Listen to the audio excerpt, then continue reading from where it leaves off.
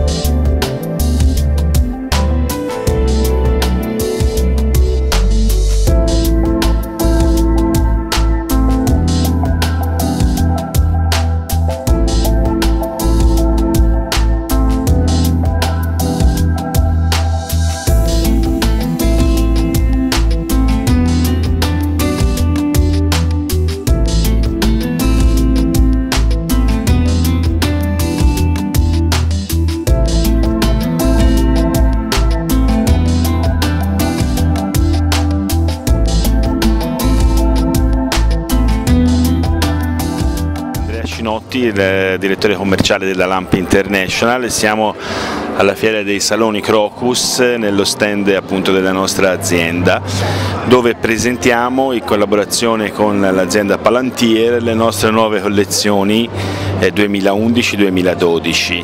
Sono tutte collezioni per lampadari da interni che hanno sempre il nostro sapore e il nostro stile classico, ma abbinano a queste i nuovi materiali come la illuminazione a LED.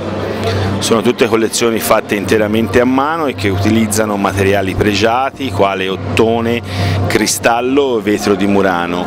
E anche per quello che riguarda i LED, sono tutti LED di produzione giapponese dell'azienda Citizen. I modelli di punta, cioè che hanno più importanza per le nuove collezioni, sono eseguiti anche con l'utilizzo di sete pregiatissime di importanti aziende italiane, cristalli di Boemia e non solo, utilizzo di cristalli Swarovski, pendaglieria di Murano. Tutti i lampadari hanno la nostra tradizionale connotazione classica, ma si sposano bene per ogni tipo di arredamento.